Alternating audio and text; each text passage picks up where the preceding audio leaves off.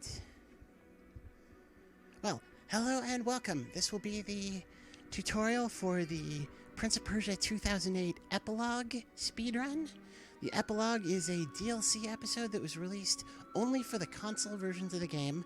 Sorry, PC Master Race. I'll be playing on PlayStation 3. There's, as far as I'm aware, no differences between PS3 and Xbox 360. They're both very fine to run the game with. And the first thing we do in the speedruns of the epilogue is load a save file that's parked right after the 2-minute long cutscene that starts if you press a fresh game, because who wants to wait out a 2-minute long cutscene every time they do speedrun attempts? You can see I have various save files to practice areas with, but this one here, Entrance, is the one we load to start off the speedrun attempt. And we just load it. This console does have a solid state drive in it, so the load times are pretty okay. But it is still a PS3. That's, getting to be an old console these days, so the load does take a moment. Thankfully, load times don't really matter much because this game is timed. The time starts for this game when you do first input, not file select. And that's really good because when you load this first save file, the camera can be pointing anywhere. The camera could be like here. And oftentimes when I load in a save file, I'm like, okay, where am I? Okay, there I am. And since I use an Elgato device to capture the game, I like to count down when I start. I go 3, 2, 1, and go. And the time does start at first movement. You'll notice I'm using the prototype costumes for the two characters. It does not matter. You can use whichever costumes you want. Frankly, I like to vary them a little. If you look through my PB history, you'll see lots of combinations. I just have these two on because the last time I ran the game was at an online marathon, and this was the winner of a donation incentive, and I just haven't changed it since. But yeah, this is the very beginning of the game. And when you start, you want to jump forward, because jumping is the fastest way to move the prince on flat ground when he does not have Elika's help. And those 3 jumps right there are the only time it's relevant in the game. It's slightly more relevant in the run for the base game. Elika! And if you've played this, you know the story that she's not too happy with us right now and she's running away. So there's actually quite a few movement tricks you can do in this first introductory alleyway, and none of them matter. You'll see why later. But here's one you can do. You press and hold R1 as you're on this platform here, and that'll make you grip fall. And you want to jump off as soon as you start the grip fall, and then you want to jump against the wall that's to the left of the prince as we see it here. Sometimes the camera will cooperate with this, sometimes not, but hopefully this is what it looks like. That's not really what I was going for there. That's certainly not what I was going for there. And I can't get back up there again, but it's fine. It doesn't matter. What I was trying to do was do this in one fluid motion. And you just wall run by jumping at the walls. That's a little movement trick there. You can jump off of that wall without having to do, this whole number to pull yourself up. But again, it doesn't really matter. The introductory alleyway, I used to reset in it a lot. There's not any reason to, quite honestly. Just do the parkouring that you would certainly be familiar with if you've played the base game. If not, it's easy enough to pick up. And honestly, you have to own the base game to have this DLC, so I would encourage a playthrough of the base game too, or at least start with the base game to get the fundamentals, and yeah, you should probably play all the way through it to understand the story of the DLC. Wall run here, wall run there, wall run everywhere. Here's something weird that sometimes happens. It didn't happen there, but if you're trying to go fast, which you should be, and you get here and you're pressing forward, sometimes the prince will do this, which is weird, but again, it does not matter. Let's see if there's another movement trick we can do here. Jump from here. Okay, if you time it just right, you can jump straight to that beam, but don't bother. It doesn't matter. Have I said that enough times? Just do the wall run straight to the fissure, crawl over, and climb up the beam. And then we're here, and then we're here. There's something you can do. You can potentially... Oh, here's one of the weirder bugs in the game. You see this happening? All I'm doing is pressing the left stick to the left. That's all I'm doing. Yeah, so you need him to not do this. You can do the wall run from here, but there's not really any reason to. It's faster, but it's also irrelevant. I promise you, it will become clear why I'm saying things like that. Just come here, go down the fissure, and then sometimes even when you're at the bottom of the fissure and you press left, he will do this. I don't know why this happens, but as long as it resolves itself within a second or two, which it usually does, just wall run over and complete the parkouring. Get to this little tunnel, and we're on our way to the first fight against the Morning King. Then why are you here and not him? So this cutscene will end with the Morning King punching Elika in the face. We are unable to harm him, as we are currently equipped. So the first thing we have to do to start this fight is to revive Elika. And if you have not turned off... where is it? Is it under controls? No. If you haven't turned off under... Is it under display? Yeah, tutorials there. If you have not turned off the tutorials here, you should, by the way. There will be a pop-up telling you one of the mechanics of the DLC, which is to charge at your opponent. You know, more on that in just a moment. But you definitely want that off when you do runs, because it's just a time loss. You don't have to have it on there. So once the cutscene is over... Are you all right? You strafe and roll your way over to Elika. The moment you see her start to stir, that moment there, you want to mash X, but don't madly mash. Mash in a proper rhythm, and it will take some practice to get it, and it certainly took me some practice. You press X repeatedly, let's call it that, to get close to the Morning King, and when you get close enough, the game will present you with a single button QTE. If you win that QTE, it will stun him, and you can unleash attacks. And not just any attacks. So she's stirring, we charge. So we've won the QTE.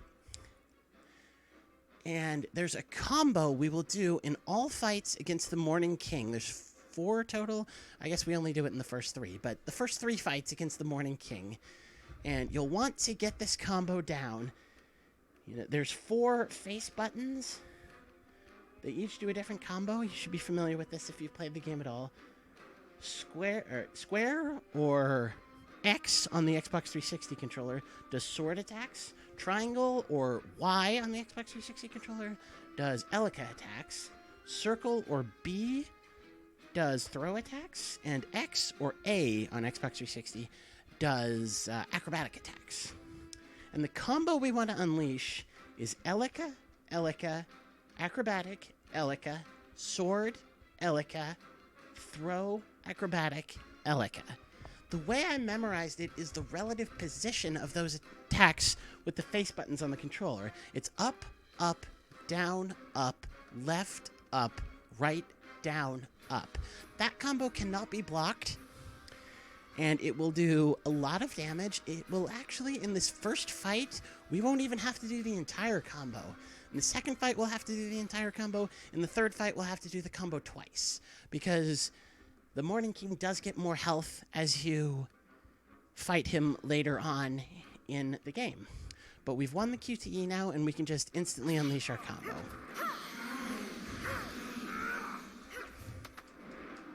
Your turn. And that's a perfect fight. See, that wasn't even the full combo. That was just Elika, Elika. Are you all right? Acrobatic, Elika, sword, Elika, throw, and we had won the fight. We didn't even have to do the acrobatic in the last Elika. Killed down here. Are you all right to go on? Now, when this cutscene ends, we have some parkouring to do.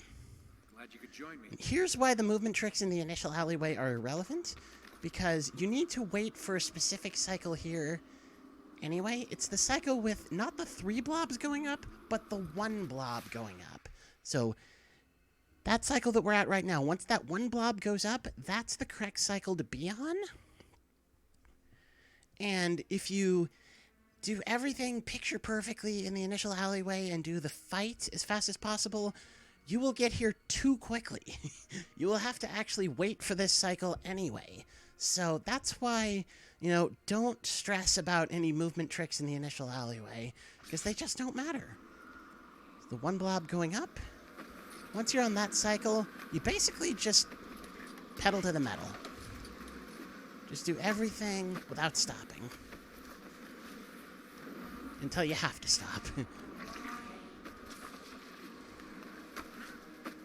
This is all very simple. All very straightforward. Even your first time playing it, you should get this pretty much right. Now, if you've played certainly the DLC, and this is also an element in the base game, I call them smoke pillars. They're not really smoke, but what they contain are the soldiers of Ahriman, who he's summoning to help him fight. If you attack it before the soldier spawns, you will keep the soldier from spawning. It is not actually quite that simple. I found that with some of these, and I'm sure it's with all of them, I just haven't identified them all, they have spawn triggers based on things you do. I'm pretty sure I will be able to despawn this one because of how quickly we got through that initial bit of parkouring. But let's see. And yes, we did. Now the cycle we want here is with the 2 blobs going up. And if you get to the first cycle that I mentioned, the 1 blob going up rather than the 3, if you keep a good pace through this point, you will be on pace for this correct cycle. You will have to wait slightly, but only slightly. Like, you would get here right about here. So you have to wait, like, 2 seconds. And then you run. There's another concept here, shorting ring runs. This is a rather advanced concept. I wouldn't recommend going for this right away, but certain ring runs, that's when you grab a ring and wall run past it. Certain ones, you don't have to do the full wall run, as long as you have Elika's help. You can't do it in the initial alleyway. You just grab the ring run, and once you're past it, jump off and do a double jump with Elika, and she will auto-target you to where you should have landed if you did the full wall run. It's a 2 or 3 second time save each time, so it does add up a little. And this one is one of the easiest ones.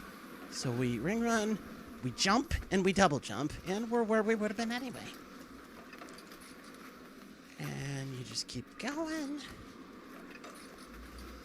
Keep doing that. Okay. This is the spot where you have to wait. Ordinarily you would. If you were on pace for a run, the 2 blobs here, you cannot ever run above them here. If they're coming down, you have to wait. Since we're not exactly on the correct pace of a speedrun, they're on a slightly different cycle, so we don't have to this time, but ordinarily you do. You can short that ring run there. I don't do it because I'm not used to, and I haven't really perfected the consequences it has. I'm not exactly sure where I would end up if I did, but you can do it and live. It's something I'm still working on. So you just keep going. That one too, I think. No, not that one, because you have to double jump anyway. And definitely not this one either. But this one you can. Whenever you go around a corner on a ring run, that is a pretty clear indication that you can short it. Keep sending them back, Armin. Now, there's 7 soldiers in the DLC. There's a trophy for despawning all of them, and it's not that hard to despawn them all. It's certainly faster to do so. Do not short this ring run. Thanks. And we just keep going. And going. Do not short this one either, because you need this double jump anyway. So that's 4 out of the 7 soldiers of Ahriman. They should honestly never any of those first 4 spawn. So now we're in the water tank area. We have a skip here. What you're expected to do is to go... I'll show you what you're expected to do first. Is to go up here and around. And wait for this tentacle. And go up. And honestly, at this point even, you're expected to, go here and do this. But even if you don't get the bigger skip that I'm going to show in a moment, you don't have to do this. You can skip jumping from there to here, and here to there, and there to the bar. What you can do instead... Okay. What you can do instead is... Oh, right, this is safe ground, so... She's not going to put me back where I thought she was. I'm just trying to grab... Yeah, this. What you can do instead, if you do have to come around, if you don't get the big skip, is come here, wall run up, and jump backwards, and you're here. Coming past. It's not a huge time save, but it saves a little. And since we're not going to get back to... It's going to be kind of a pain in the booty to get back to ground level here because we had safe ground up above. I am going to load my save file that I have for practicing this skip, which is water tank.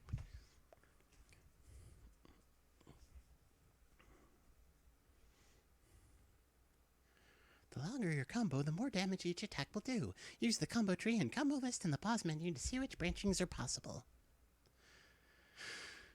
Yeah, teleport between healed regions. Not in the DLC. Okay, here we are again. So you've seen what you're supposed to do, and the small skip you can do that anybody can do. This one's a little trickier. What you want to do is run at the edge here, sort of in the corner where that rounded pillar is. And the input you want to do is hard right on the left stick and jump to hopefully wall run on the wall behind it. It's a tough skip. I certainly don't get it every time. And sometimes I don't even come close. Typically when I do run attempts, I give this 3 tries, and if I don't get it in 3 tries, I go around. There it is. Together. Now right there, you may have heard me mashing. If you mash when you're climbing up between 2 walls, the prince will not climb as high with his grapple. And if he climbs all the way high with his grapple there, he will end up in the ooze and die. And you have to do the skip again or not do the skip again. So you want to, on that first one, just mash as hard as possible so he jumps backward right away. But after that, not falling to your death, but after that, let him climb up the whole way before jumping backward again. You're just jumping between these 2 walls. Sometimes you'll auto-target that fissure, which can be a little awkward. Or the ring, and you're here. And it's a pretty substantial time save. I've never timed out exactly how much, but it's at least 20 seconds. Now, what you're supposed to do here is to go into the corrupted air and go up that fissure and, like, jump backwards to get to those rings and wall run up there. But there's a faster way of doing it. Just wall run here, double jump backwards, keep doing it. Thanks. Until you're approximately here. And grip fall down. The aura were here. And we don't worry about the Orma's frescoes in the run. Just run past it. Push. Just do this as normal. You don't have to worry about any special cycle there. Just ring run past those 2. Get to here. Now, when you're here, you don't want to do this full wall run. I mean, you can. It's not a major time loss.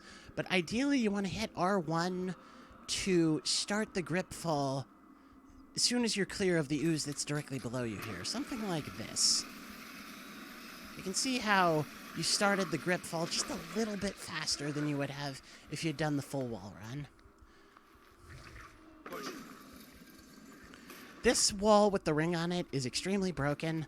Let's see if we can give you an example of that. Ah, not this time. Sometimes that wall will decide that you don't deserve to live, and you will just not wall run on it. It is the most aggravating thing. You can double jump past it, but even that is hardly foolproof.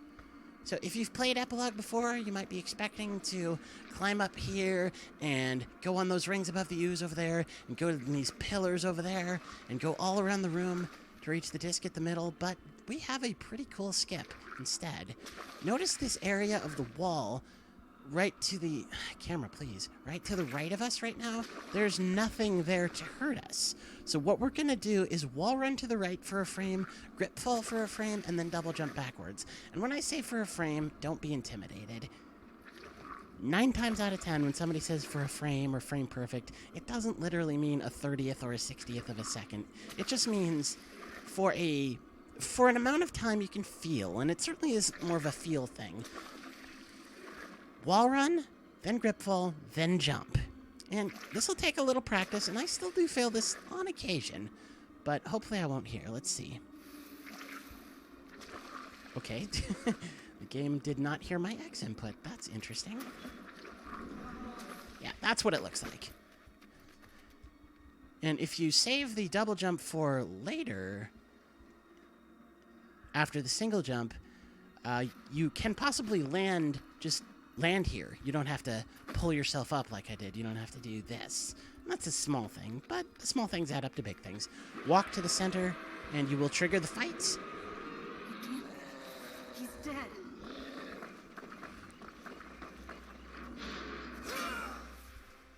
So you notice there that the enemy charged at us. There are some charges that are scripted. That is one of them. The warrior will always charge at you there. There's nothing you can do about it. Most of them are what I call charge rolls, because it's like a roll of the dice, an RNG roll. That one is not. That one is set in stone. He will always charge at you. So you win the QTE, do an acrobatic attack to get through him. Now we're on the other side, and his back is to the drop. What I'm going to do is backstep twice by holding up block, that's R1 and X. The reason I do it twice is so that if I only do it once, when I hit the X to charge him, there's a chance that the game could hear that as an acrobatic attack and put me back on the other side of him, which completely Fs with all my planning. If I backstep twice, it'll definitely know to charge, and I can just charge him.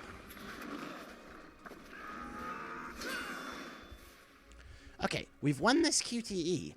Now, winning the QTE takes the enemy out of any possible buff state. There's several buff states that they can go into, preventing you from using various attacks, but most notably for the speedrun is the buff where you can't use Elika. That's the one where your sword turns blue and the enemy turns blue. If you use Elika in that state, she will be, quote-unquote, killed. She will be injured, taken out of the fight, and you'll have to revive her, because against the large enemies, you need Elika alive for the edge event.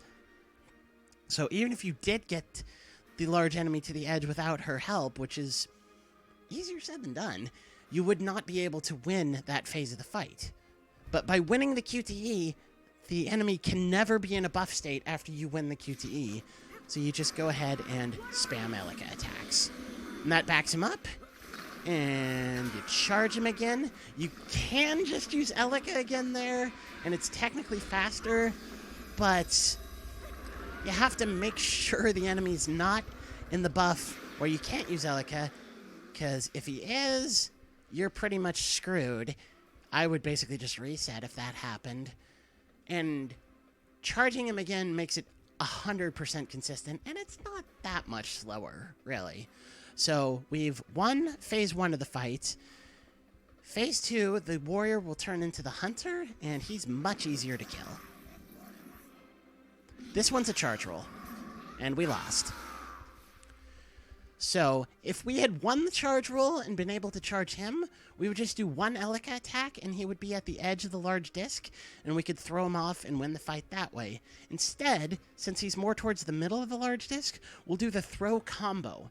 And that's Elika, Elika, throw, and you can end it with either throw or sword. I typically use sword.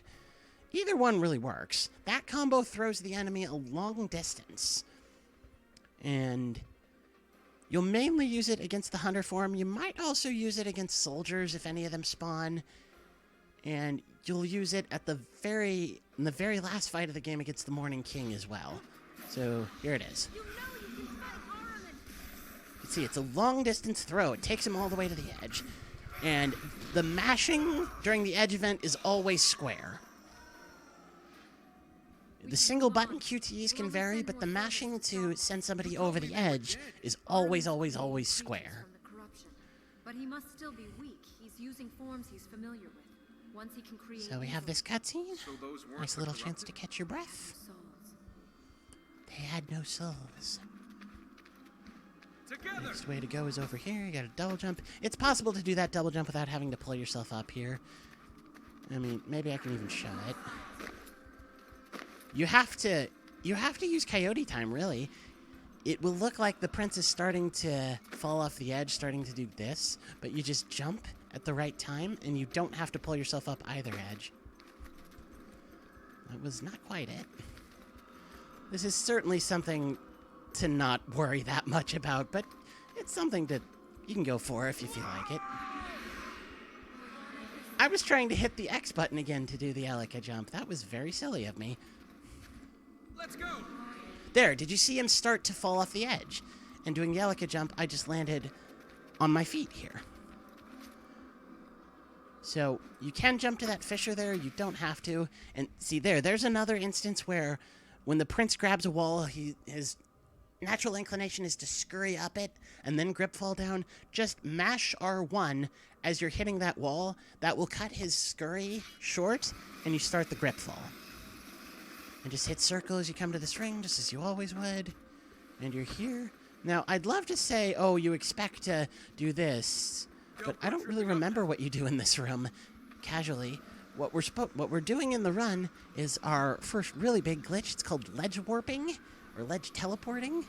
It's something that they use pretty extensively in the run for the base game. What you need to do is set a hanging position, such as this, and then you need to hang off a ledge in such a way that one of your hands is not holding onto anything. It's holding onto thin air. And this one's really easy. It's a really good one to practice on, because if you just back all the way up to the edge of the ledge here, jump forward, push right on the stick, and mash the fall down button, R1. It works. And you'll notice the camera moved to show where we were hanging. That's why it moved. That's your indication that you've executed the glitch correctly. And here's the effect it has. We are walking on air. So you skip all that cycle-based Bologna over there. You know, you can pull up just about here. You can even pull up earlier than this, because you can double jump to this fissure. Go down. And that's a pretty cool skip, I think. Might take a little practice, but that one's definitely the easiest. We will do 3 of those throughout the run. 3 of those, 4 of those, something like that. That one's definitely the easiest and the best one to practice.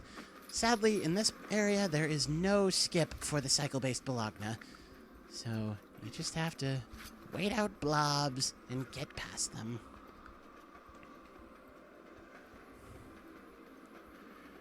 And if you're feeling extremely adventurous, when you get here and you're on the correct pace for a speedrun, you should be able to just do the ring run, just bomb it straight through. I never have had the courage. I always look to see where that blob is, and really, there's no reason not to. Just do the ring run. Now, you want to start this grip fall without grabbing the fissure. If you grab the fissure, that is the spawn trigger for the Armin soldier down below. So you want to do, well, not that. You saw for a moment there what I was trying to do.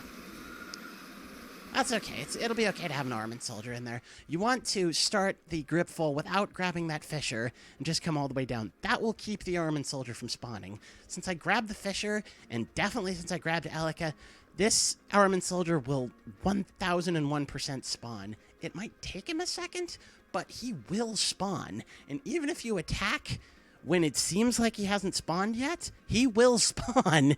And he won't block your attack, he'll just ignore it, and he'll hit you, and you'll be hurt, and everything will be effed. So just wait for him to spawn if this happens. Charge him, do a throw combo. It does lose a little bit of time, but it loses less time than getting into a long fight. So we're here. See, he spawned instantly. Sometimes it's not that instant. Just charge him. And do a throw combo. Let's see what you got. And he dies instantly. Obviously, it's faster to not have to do that, but if you do, it's not the end of the world. So here's our next glitch. We set our hang here. What you ordinarily would do is go down through all this cycle-based Bologna, but instead of that, we'll just jump back to where we were. And what we need to do is get up on that ledge, but we have to do it without pulling ourselves up, because we set a hang over there. So it's a little tricky. What we're going to do is double jump against the wall of the tower we're in, and then jump backwards from there to land on our feet up on this ledge up above us. Hopefully I'll get it right. I have been known to mess this up in runs, and it's a little tricky, but it's not hard. So, let's see. Yep, there we go. That's all it is. And there's a pretty good setup for what we're about to do here. Come all the way to the back here, turn around, switch places with Elika, then take a tiny step forward. Now you're in good position, and you can eyeball this positioning, of course, but that gets it right perfectly, and it makes it a lot more likely that you're going to jump in a straight line here, which is a little bit not as trivial as it sounds. We're going to do another ledge warp from here to the fissure on the other side of the room where we set our hang a moment ago. Now, it's important that you fall off this ledge to the left. You're in the proper position here. From here, you just jump forward, fall off to the left, mash the fall down button, and you will ledge warp to the fissure on the other side of the room. Here's hopefully what it looks like. Yep, that's perfect. So now we're here. Take a look here to make sure when you release this grab that you won't run into this blob. As soon as the blob disappears, you hit the grip fall button, R1. And we are grip falling out of bounds. So I didn't preface this. I am holding right as I'm grip falling out of bounds. That moment there, right when I pause the game, let go of right. Do not push left. You do not need to push left here. The prince will skew back toward the left on his own, and if you time this appropriately, it'll work. Let's get that off of quick game. If you go too far or don't go far enough, it won't. My visual cue is kind of when the prince's wrist goes through, there's a line as he's grip falling. I think of it as if he was wearing a baseball glove. And if the baseball glove was the only part left on the other side of that line, that's when I let go of right. Yeah, this wall there to his left. Okay. Did it wrong. But let's try it in full speed. When that happens, you don't have to set the hang again. You can just go back to this part. The first time I ran this game at an online marathon, I died to that 6 times? 7? Something like that. Something crazy. Swap places, tiny step forward, jump off, fall to the left. We're here.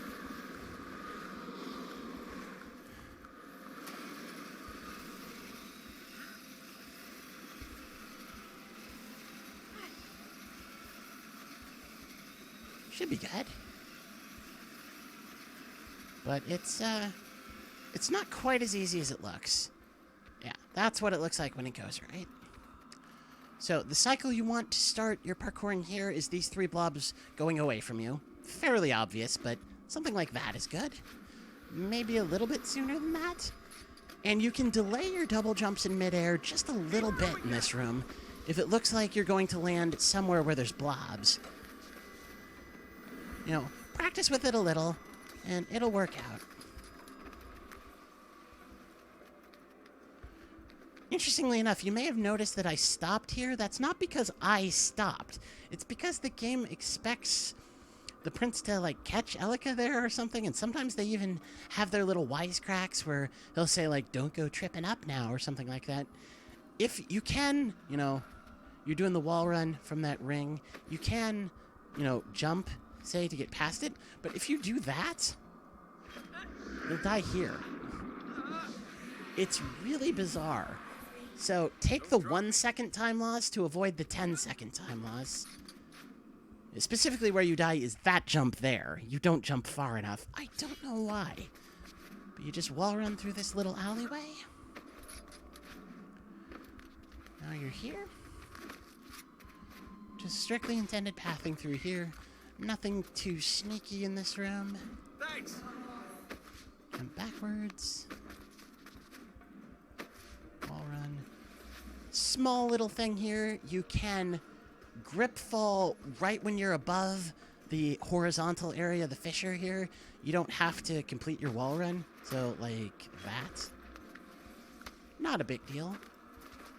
But the little things add up. We're cut off. And you can jump off We'll have there to get too. through I that should gate. have. So this is the hammam, and we're gonna have some fun in this room.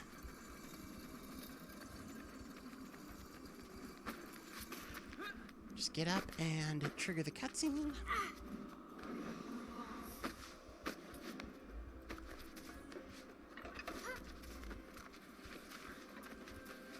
Yeah, you don't have to go all the way up the fissure. You can go about where this, you see that horizontal board there is, and just wall run to the side there. Armin It is saves a trying to cut us minuscule off. amount of time It's not in lit. the cutscene. A good time to Maybe reach this there's some sort of cutscene temple is somewhere roughly we can 12 activate the minutes. plate?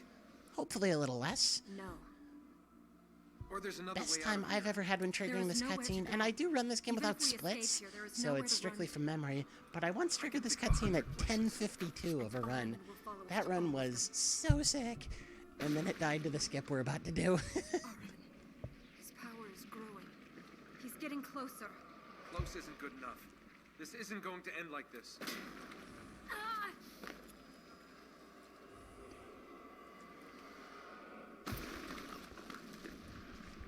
There is always another way out. Okay. So just begin as normal. Jump on the power plates, There at last. including the one that introduces a plot hole. While the power holds. The lore behind the power plates is that Elika's people used them centuries, millennia ago to exert their control over the land. So why would they have had a power centuries and millennia ago to restore ruins? It makes no sense. Just jump here. First few times I certainly played the game, I don't know about running the game, I didn't jump there. I thought you could wall run all the way to here, and you can't. You die. We're expected to turn 3 levers. Hopefully this will be the only one we turn. I mean, it will be, because I'll just reload and do things over again. But in a run setting, hopefully this will be the only one we turn. This is And a rush. still at this point, continue as normal. Start this plate. Now, when you get there, jump off. If you complete the wall run, you know, not only is jumping off faster anyway, but if you complete the wall run, there's about a 80% chance the prince will catch Elika, and they'll do their little wisecracks like, oh, you enjoyed that, didn't you? So it just is the stupidest time loss. Again, continue as normal. Wall run there and die. Sometimes that happens. Just happens. Wall run there and ring run. Now, do these wall runs as far as you can. Like down to the frames, really. Activate that one. Now, hold left when you're on the real walls here, right when you're on the magical walls. Might not matter, but I kind of think it does to get the wall runs as far as you possibly can. Every pixel.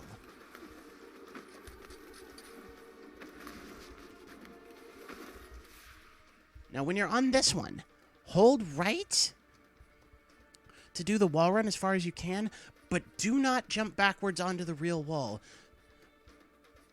Once you finish your wall run, you will start to fall downwards. This is actually what we want. At that point, you need to mash X as hard as possible, because if you don't jump up right away, you will fall all the way into the ooze and have to do all this over again.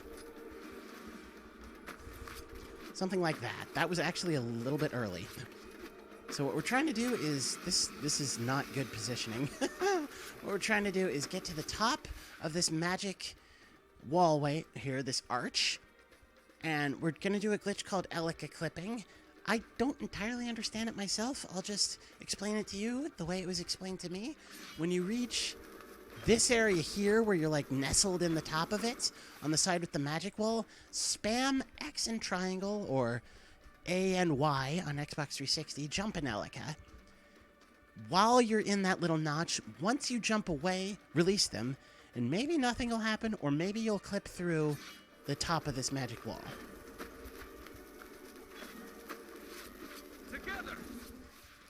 See, there's the clip. We climb upwards through the magical wall. Now, what happens next has to happen really fast, because the game does not expect you to be up here, so it's not looking for standing on top of this magical wall to be something that keeps it from despawning. If it did, this trick would be completely free. But what happens next has to happen fast.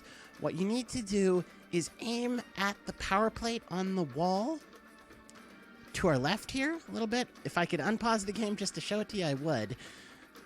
And you need to jump to that. That is a power plate you are not expected to reach until you've turned all 3 levers.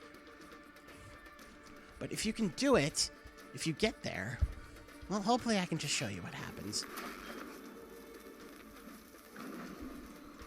There, did you notice the blue wall disappearing under my feet? You will need to double jump to reach this wall, and I'm actually not even positive I've gotten it. And grip fall down to the red power plate. Let's see if I've gotten it. Yeah, I've got it. The game does not expect you to reach this power plate until you've turned all 3 levers and thus cleared the ooze. So going off of those power plates takes you to the ground. The game thinks you've turned all 3 levers, so the ooze is just gone. And we wait here for this fight to spawn. Another thing to mention while I can pause the game. I'm so thankful for that. It is technically possible to advance past this area without doing this fight, but if you skip any cutscenes in this game, you break the triggers for further cutscenes, and that means you can't complete the game. So you need to stay here and just stand there on the ground floor of the hammam room for a schmuck for 2-3 seconds, like a schmuck for 2-3 seconds, until the shapeshifter, that's what the game calls him, comes down and you have your fight. All this for us, Ahriman? If he can't be stopped, Elena, why is he trying to stop us? Now this fight's a little bit different because he's not lined up with a drop right away. That is a charge you are always able to do at the enemy. So I backstep twice. I'm going to charge him again. And then spam Elika. I will have to charge him one more time. That is a very consistent way of getting him to the drop. If you mess up, say you mess up a single button QTE, or do an Elika while he's in the buff where you can't use Elika, that's rarer. That shouldn't happen.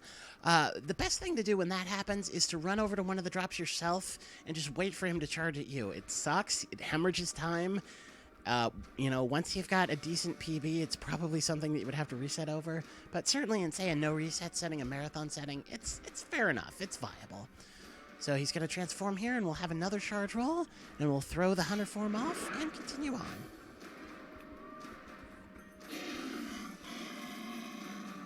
This one is a charge roll. And we won. I see one Elika attack and he's at the drop. Mash square, and he's gone. That's it. Take whatever form you want. You're still finished. Don't you see? If he's trying to stop us, he's scared of something. He's scared of you. I can't stop him. That's not what Ahriman thinks. I haven't the power to stop him. Only Ormaz can do that. So I like that while this game does have unskippable cutscenes, they're all pretty short. So, I should have mentioned, yeah, it killed me. What you're expected to do here is, say, jump to that fissure and, like, wall run to the left, I think, and fall down onto that fissure, and I don't even know. Just jump against, well, not like that. Just jump against this wall and grip fall. And you're headed straight down into the area you need to be. And then sometimes that happens. I don't understand that one either. Maybe someone can explain that one to me. But as far as I'm concerned, sometimes that just happens. More often, this happens. Nothing. proceed as normal. Climb all the way up this fissure. Scamper up. Double jump backward. Or single jump backwards. Double jump considering the pull. Do that again. Now, interesting optimization here. Double jump there. You think when you're here, you have to crawl all the way up to the top of the fissure, but you don't. You can just jump backwards. And you're here. It's because of the prince's little scamper move. There's a couple of movement tricks you can do in this area. They're not right here. They're a little bit further on. As far as here, just proceed as normal.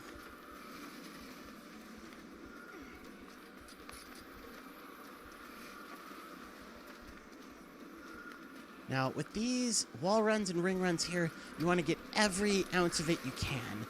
If you short any of these wall runs, you will die to this jump here.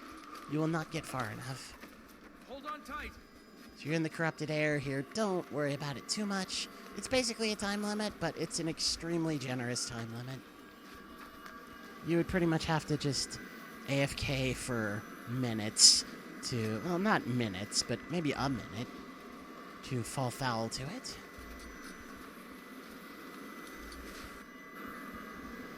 Okay. That's the first little movement trick that I mentioned a moment ago that you can do. I don't do it in runs myself, but if you're on a good cycle there, you won't hit that blob, and you can skip having to slither down the fissure. It's obviously a big time loss if you get it wrong, because, you see, we have to do all of this over again.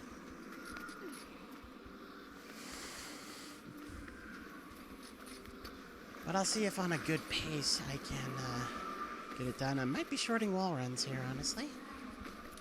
Nope. Okay.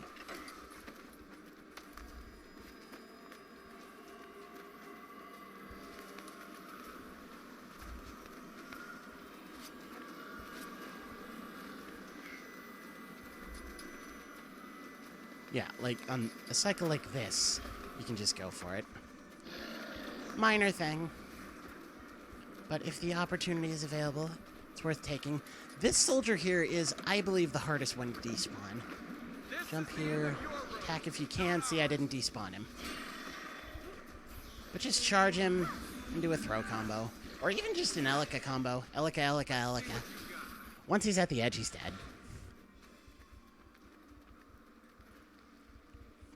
Now, there's not really a cycle you need here. You just need the blobs to not be there. So if they're going up, go on. And you can short this ring run. That actually looks pretty cool. Get past these blobs. There's another sort of risky movement trick. Okay. That happened. I'll wait for these blobs again. It's another sort of risky movement trick you can do just after that point where I died. And again, you can short that ring run, but I already showed it once, so meh.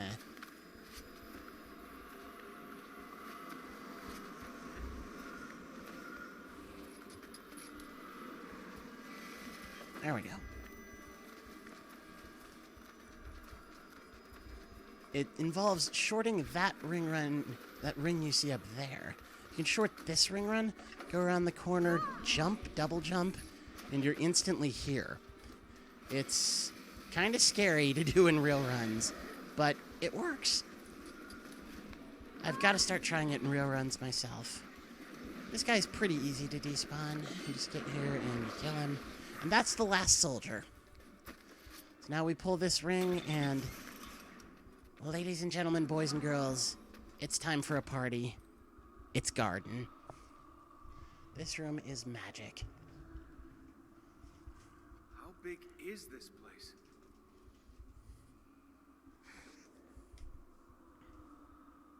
Let's see what those cranks do. As I always say, let's not see what those cranks do, because we're gonna do a whale of a glitch. Proviso, this glitch is extremely finicky. You know, the concept behind it is simple enough, but I certainly don't get this one every time. I have lost more runs than I could even shake a stick at to this trick. So what we want to do is set a hang. I have found best success setting the hang further back on this beam. That is to say here rather than say here. But it should not matter. I like to set the hang here, come back up. And my visual cue for this is I want my left foot in between those first two cross beams. Pointing in between those first two cross beams. Right foot trailing behind, of course, with the feet straddling this line on the ground. They're straddling right now. I think I want to get a little bit closer forward. That's pretty much the positioning I go for as a visual cue. Then I aim the camera here. I like to have the end of the beam kind of in the prince's chin or neck. And then what we're doing is jumping forward, falling off, and hopefully doing an airwalk. First try like a boss. Let's go. This skip is not as easy as I just made it look. You will need to practice this one a lot. So you're going to get to the point, see right there. Oh, I did not even know that happened. I was just trying to make the prince visible again. Well, that's fun. Now watch me not get it ever again.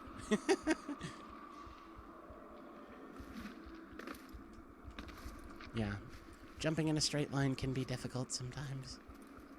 Although I guess this isn't the straightest of lines. There we go. So when the prince becomes invisible, I'm going to count this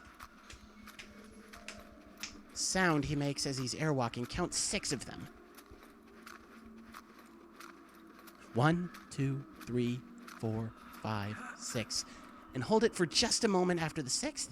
This is exactly where you want to end up when you climb up. And what we're going to do is wall run.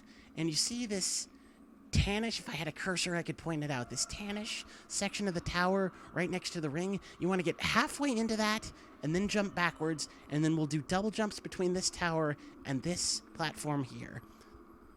I should be able to do this right. Let's see. Start the grip fall, double jump between the two sides. The prince has a tendency to auto-target the ring if you don't double jump, and that has bad results because you're not supposed to be there with the towers in these positions. So pull this ring. One of the bars has moved. Let's use the plate and see if we can move the other bars. Yeah, Elika, we're not going to use the plate. Remember when I said you could run away from the fight in the hammam? You can get this far, and if you pull the ring, nothing will happen. So since we're not ever supposed to be here with the towers in the position they currently are, we can just wall run across this one to reach the wall on the far side of the room, and therefore reach the ring that I guess it's right above us? I'm not exactly sure. It looks kind of like this. Double jump at that, wall run here, double jump there, grip fall instantly, fall down into the vines. Now, we're not supposed to be here, so the game didn't expect to... Oh, okay. This is the camera angle I usually get during this, but I guess you can actually potentially see where you're going. We're not expected to be here, so the game doesn't have a camera angle prepared for this.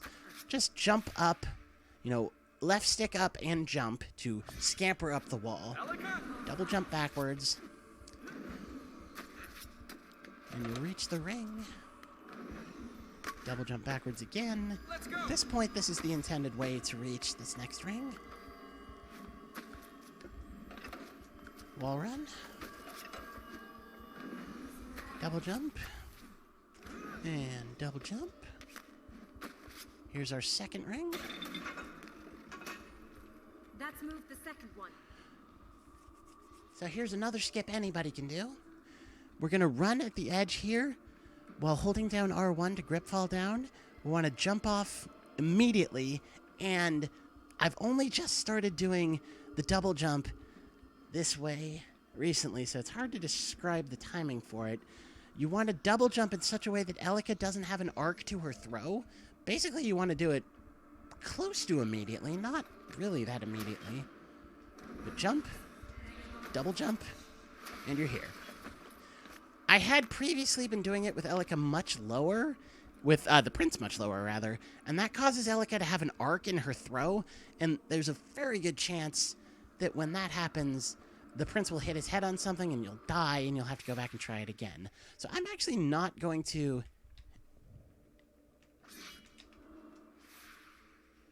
Excuse me? Why can't I move my control sticks here? That's very strange.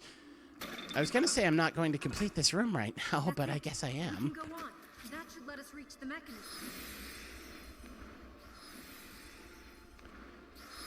Because there is a different skip you can do. That is... Can I... I can't. That is so bizarre.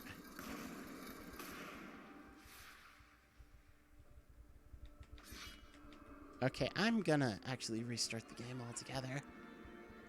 There's a different skip you can do in this garden room that's much slower but much more consistent.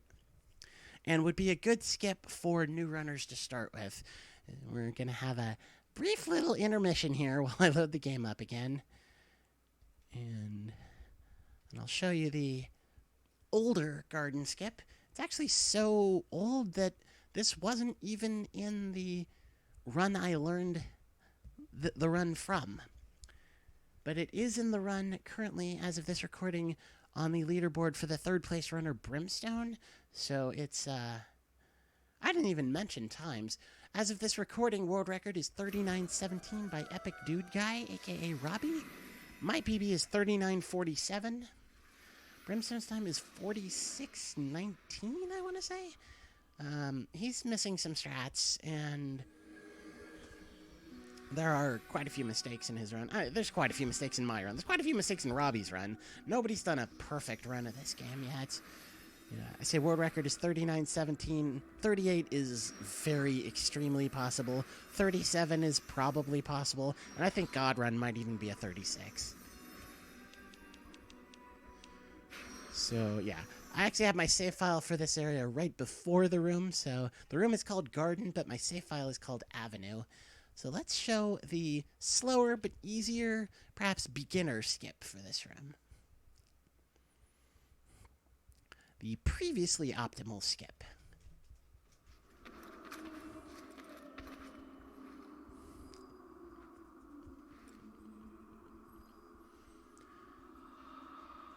How big is this place?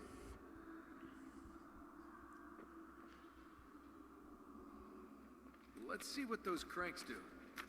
Yeah, remember last time I said we weren't going to see what those cranks do? Well, this time we are. So heavy.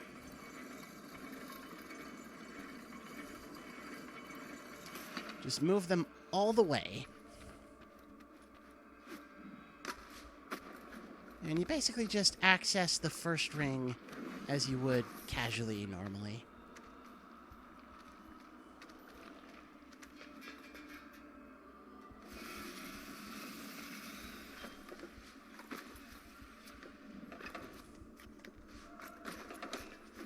Yeah, I hope I never have to do this in a, say a marathon run, but I do have it in mind if I lose, 2 minutes, 3 minutes to the airwalk. You may have noticed there when I was climbing back that we ended up in this position. That's crucial. Critical? Crucial? Critical. So we're here, and we pull the ring. One of the bars has moved. This time we will use the plate to get back. We can move the other bars.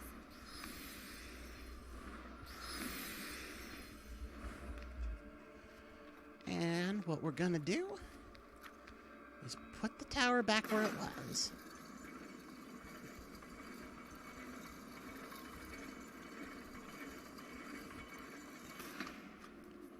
Okay, so this will be another ledge warp. The visual cue for this is your back foot, your right foot, should be right where these diamonds in the floor pattern meet. Jump forward, and I believe it doesn't matter if you fall off to the left or right. Just fall off, and this is the appropriate spacing to get a ledge warp out of it. And remember, we grabbed our ledge up here, so this is the ledge we're teleported to. Climb up, and hey, does this look familiar? This is where we normally are. Oh, poor Elika. She's a little confused right now. This is where we normally are. Ordinarily, if we get the airwalk after pulling this ring, this is where we would be. So from this point on, Just do the room the same way that we did. Well, okay, not like that. Let's go. Do this room the same way we ordinarily would. Yeah, ordinarily in the speedrun. Get to the vines. We have this weird camera angle. Jump up. Same as before. And I'll show you the weird way I used to do the jump from ring 2 to ring 3.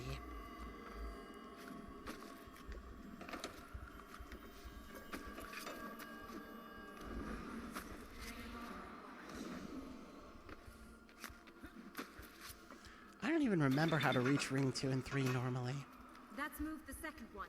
So what I used to do is jump and do it like here. And I didn't even do it fast enough to get a double jump at all that time. Wrong side.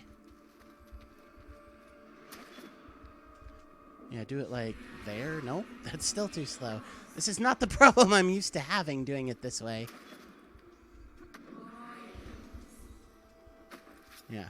Okay, it worked that time, but doing it that way, you have a very high probability of the prince hitting his head on that little overhang you jump through. Do it the way I showed the first time through this room. It's 1,000 times as consistent, and strictly speaking, slightly faster.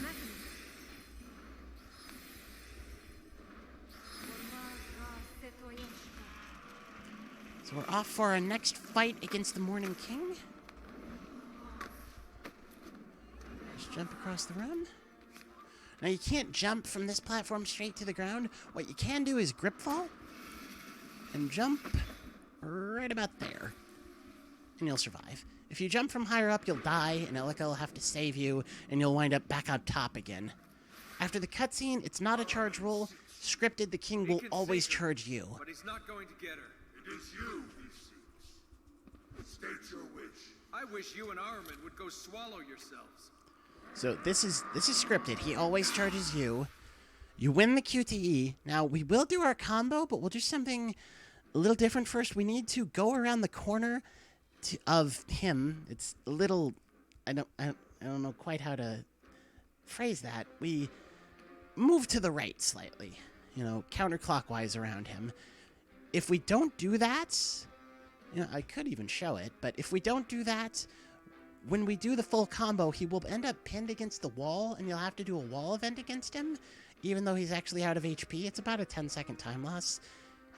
It can be avoided. So we've won the QTE, move to the right, do the combo. Up, down, up, left, up, right, down, up, and then finish it off with anything. See, that's the full combo, and we didn't have a wall event. Your time is ending. That combo is unblockable, and it does that much damage. So it is a pretty good tool to have in your back pocket. You shall go no further. Your deeds are done. Let's get out of here. Why don't you take what he has to offer? Is that what you think of me? That I could do that? Let's see if you were right about the path forward. Alright, so we've already had the red power plate show up back in the hammam. We'll see it again at the end.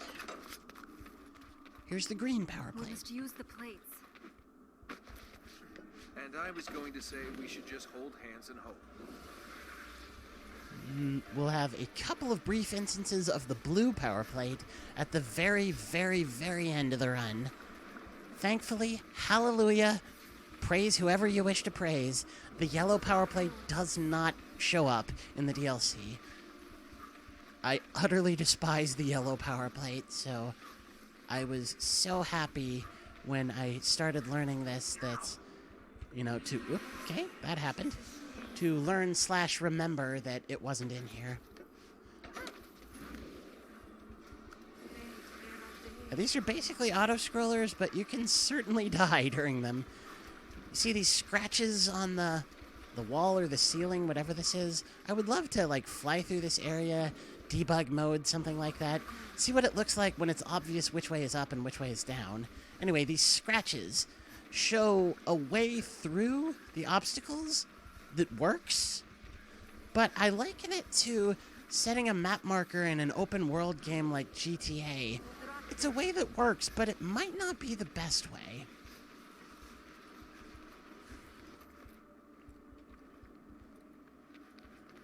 And typically with these next power plates, I don't always follow the scratches.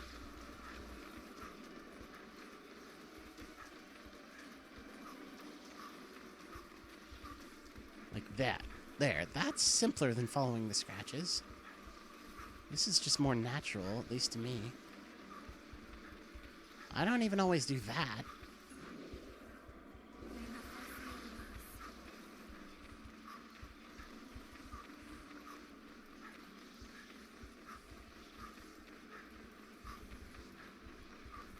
There we go. See, I didn't really follow the scratches there, but you can, and it works. It's fine.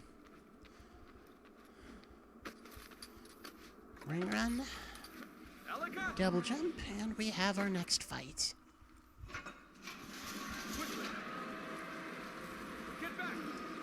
Now these are both charred. No, actually I take that back.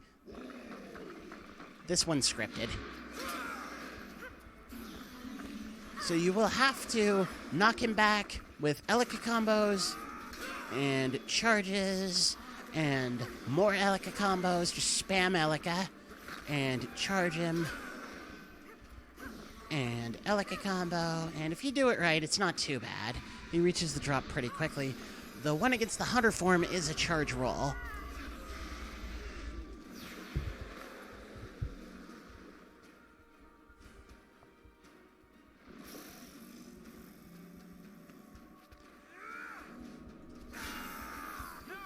There, we won the charge roll, so one Elika attack, he's at the drop, and he's dead.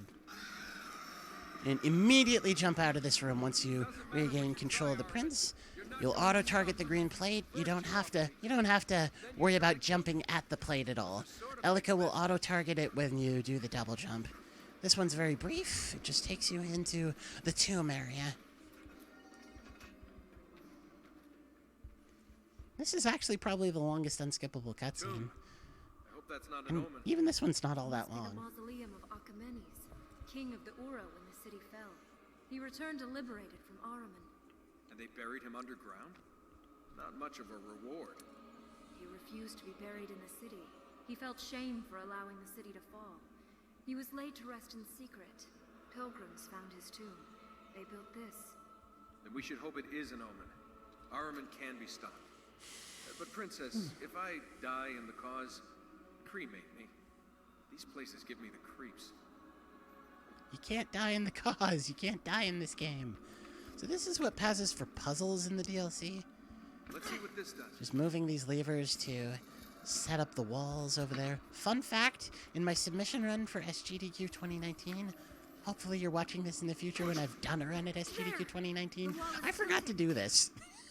And I just went straight to the purple power plate and I died. And there was a moment like, huh, why did I die? And then I realized I was stupid. So you set those and you just do expected parkouring. Just wall runs, ring runs, jump here. When you get to this magical wall, hit the drop down button as fast as you can and you can cut short the prince scampering up off of the purple power plate. Just jump around, ring run, and double jump here. And just, you always want to turn these levers Let's move this. counterclockwise. I try to grab whatever I grab, whatever's fastest, but sometimes it's hard to remember. Like if you grab here, you push. If you grab here, you pull. If you grab here, you push. So you might want to always grab the same section of the lever. That would certainly make sense to me. Let's see, like if I grab here, I have to wait for a second and think that, yes, I pull if I'm here. And actually, it's not too bad because it takes a second for Elika to join you. And if you really wanted to get super optimal with your movement, you could route out which section of the lever to grab so you were close to the next one, or in this case, the power plate. This one would be, but hiccups. That's a level of optimization I really don't care to extend myself to.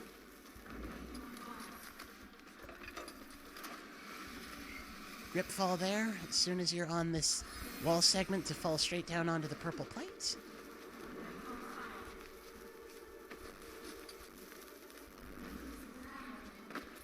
More jumping around. This has to take us somewhere.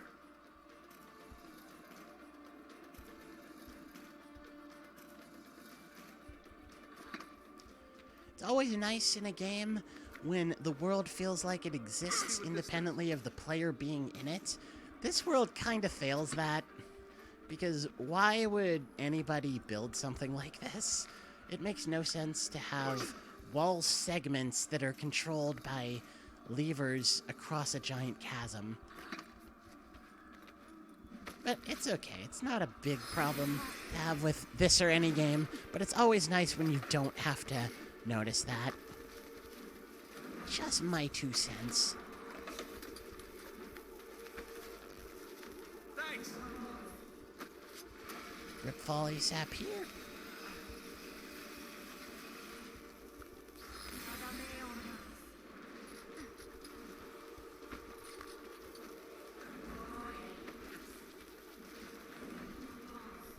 It's possible to end up too low to grab that ring.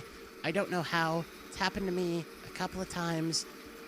Not in quite some time, but I still sort of monk-ass about it a little when I get to this point in runs.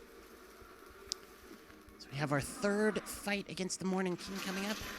He will have his most health in this fight. You know what awaits you, Anakin. All your life you knew what would happen. Armament is free. Scripted charge, him at us. Okay, we've won the QTE. We can do that same trick we did last time and go to the right. It actually doesn't matter here. You will get a wall event no matter what. So, yeah, I can show you what the wall event would have been in the previous fight because there's no way to avoid it here. Just win the QTE and immediately do your combo. Up, up, down, up, left, up, right, down, up, and a finisher. This is the wall event I was talking about. There's really no way to avoid that first one. You throw him, you charge him.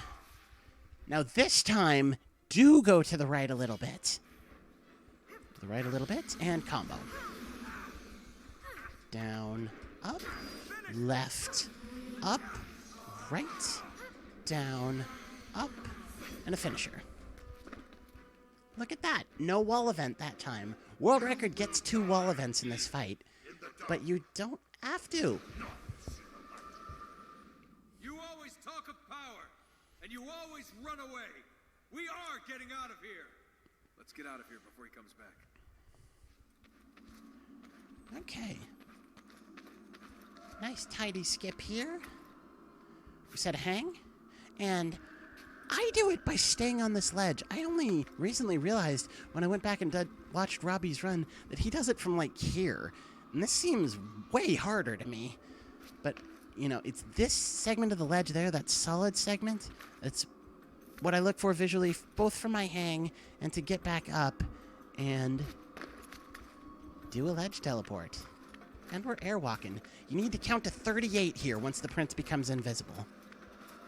1, We're getting 2, close. 3, We are almost 4, through this place. 5, 6, 7, 8, 9, 10, 11, 12, 13, 16, 17, 18, 20, 21, 22, 23, 24, 26, 7, 8, 9, 30, 1, 2, 3, 35, 36, 37, 38. I think that was good. I didn't actually hear them all. That's actually a little bit short. You should be a little bit further than this, but this is fine. You want to hear that clapping sound, that sound of palm hitting ledge as he's crawling hand over hand. This is okay. This is not okay. Or no, this could still be okay. Yeah, there. That's okay. You don't want to have to do that. Ideally, you will be a little bit further, and that won't have to happen. Another of those. So 2 charge rolls here.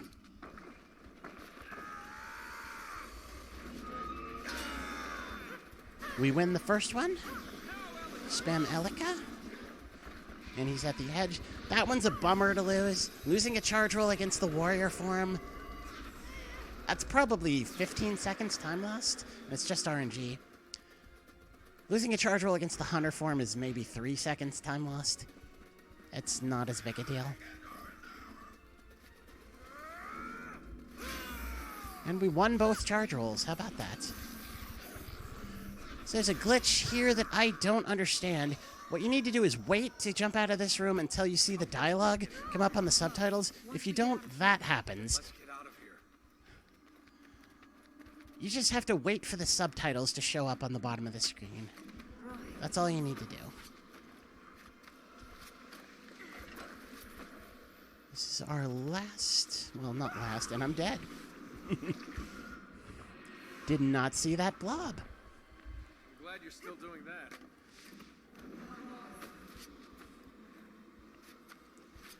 Yeah, I'm dying a little bit more than I would ordinarily, of course, because we're not on the expected cycles that you're on in a speedrun. But just, you know, you can stand here and wait, of course. You'll see when it's clear. Once you're clear of the first tentacle, just... Okay.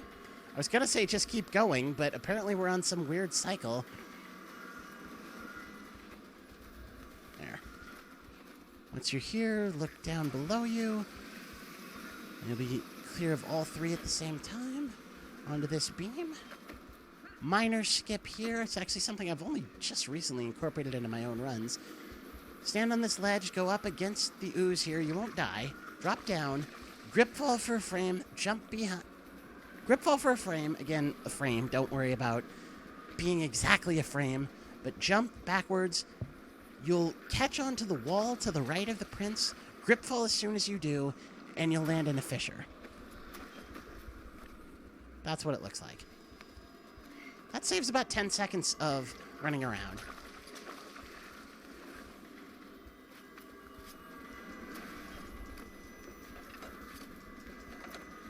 That was bizarre, but it worked. And grip fall here. Don't do the full wall run. That was even a little bit late. Now, you can just jump down here, because the cutscene expects you to. For a long time, I was grip falling there, and you don't have to. We'll reach the other side of the hills. They'll shelter us from Arin for a while.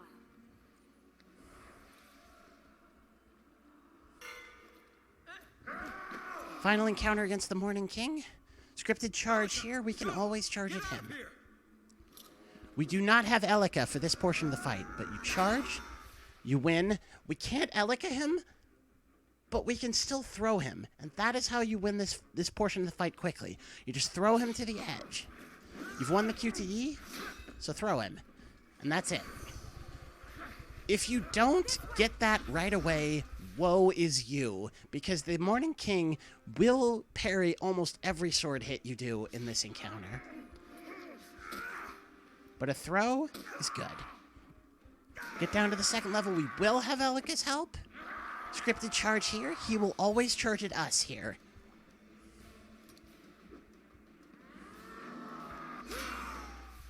You win the single button QTE. Now do an acrobatic attack to get on the other side of him. I will backstep twice and then hopefully charge at him. The last run I did, he charged at me, and it was a little weird. It still works fine. You just do a throw combo after winning the QTE, but it's a little weird. So, okay, that's not what I was trying to do. I went around him instead of over him, but I'm still on the side of him I want to be on, so we'll charge him, win the QTE, and do a throw combo. And he's at the edge again. I was expecting to do an acrobatic attack there. Instead, I rolled around him twice, which works, but it's a little less specific. So what you want to do here is charge him. You can always charge him. Charge, do a throw combo. Elika, Elika, throw. And I do sword. You can end it with throw as well. Charge, win the QTE, Elika, Elika, throw, sword or throw, and that's all you need to do. mash square, and that's the final fight. It's really well scripted in the run. It's very consistent if you get it right. If you don't, rip you, quite frankly. This cutscene has a tendency to have a massive frame rate drop.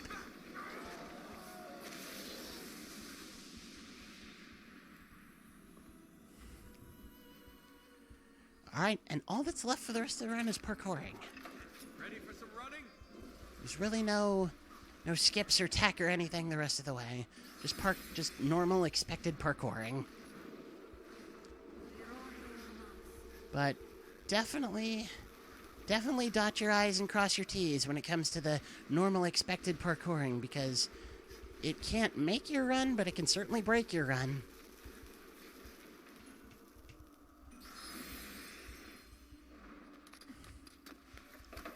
And don't worry about shorting any ring runs here. Keep doing that! Maybe you can, but I've never tried it.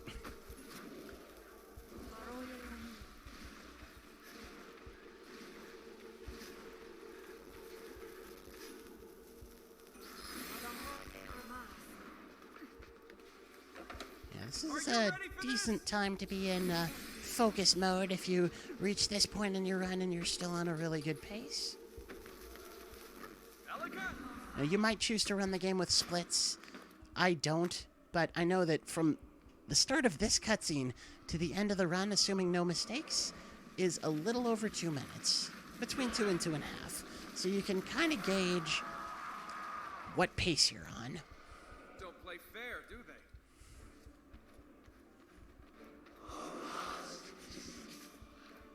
It's Arwen. Here's a little trick the game never tells you about. Hold the jump button while you're on the vines and you crawl in them a whole lot faster.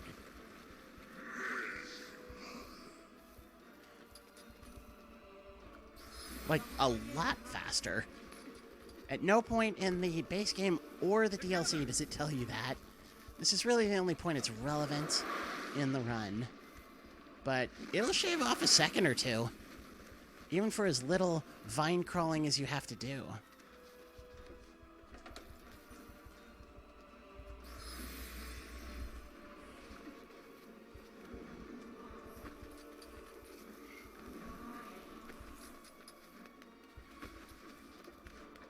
Keep going! I think you can actually short that ring run. Yeah, that's the one ring run you might want to short. Watch for the next bit! Starting from this blue power plate here is the very last parkouring of the run. It's about 1 minute long, unless you mess up.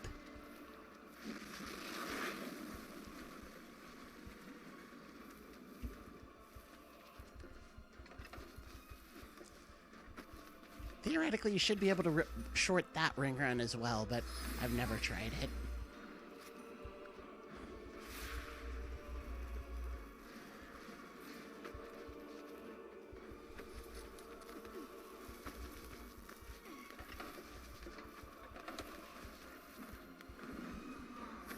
Yeah!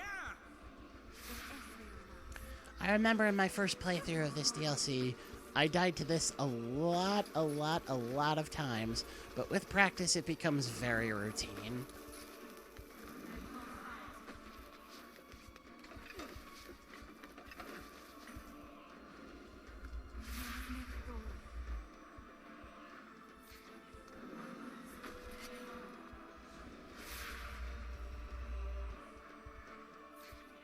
And time ends when you land on that balcony. That would be time. We're through. I think we're clear. I couldn't heal him. Now, ordinarily, I do like to let the credits play. That's something I believe in pretty strongly, that we should give thanks and credit to the people who make our games. But there is just one other thing I want to show before I sign off, and that is what save files I have. You've noticed this perhaps periodically throughout. Entrance is to start up a run. You know, it's the very opening area. Hammam is the room with the skip where we clipped through the magical wall and reached a power plate before we were supposed to, and the game got rid of all the black ooze at the bottom of the room because it assumed we had done what was necessary to do that. Avenue is me putting a save file there a little bit too early. This is for the garden airwalk. I think that's another really good save file to have. I have 2 save files in the Tomb area. You can see the dates on them even. I didn't think to get this one until almost 2 months after this one. This one is before... The first one is after the last conventional fight with the Morning King to practice the airwalk there. This one is before to practice the combo and to practice positioning to avoid the wall events. Water Tank is a little bit earlier on. That is to practice the skip after the 4 armament soldiers at the beginning of the game, where you double jump between 2 walls to skip a lot of platforming involving tentacles. And then Alleyway is... I haven't used this one much anyway, actually. This is a save file I parked after the first fight with the Morning King. This one I really just used to practice shorting ring runs to see which ones were shortable and which ones were not. I think these are all good save files to have. You may wish to have more, you may wish to have fewer. Certainly if you ever do this run in something like a marathon, you will want this one, because the Hammam skip can softlock the game. I better show that for completion's sake. I typically show this for a giggle at the end of marathon runs, but this is definitely something a prospective runner of the game ought to be aware of. And in fact, in the last marathon run I did actually get the soft lock during the run and had to load the safety save. Oh no, run invalid.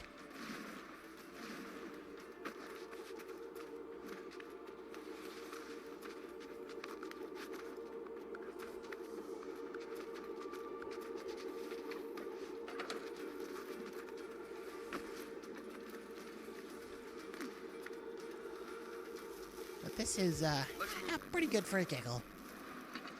The corruption has gone down. There. We haven't escaped yet. Okay.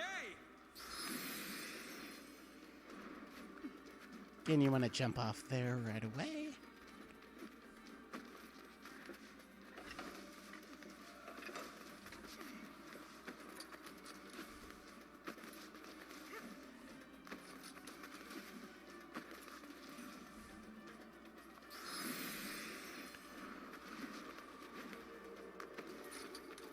Set everything up as normal.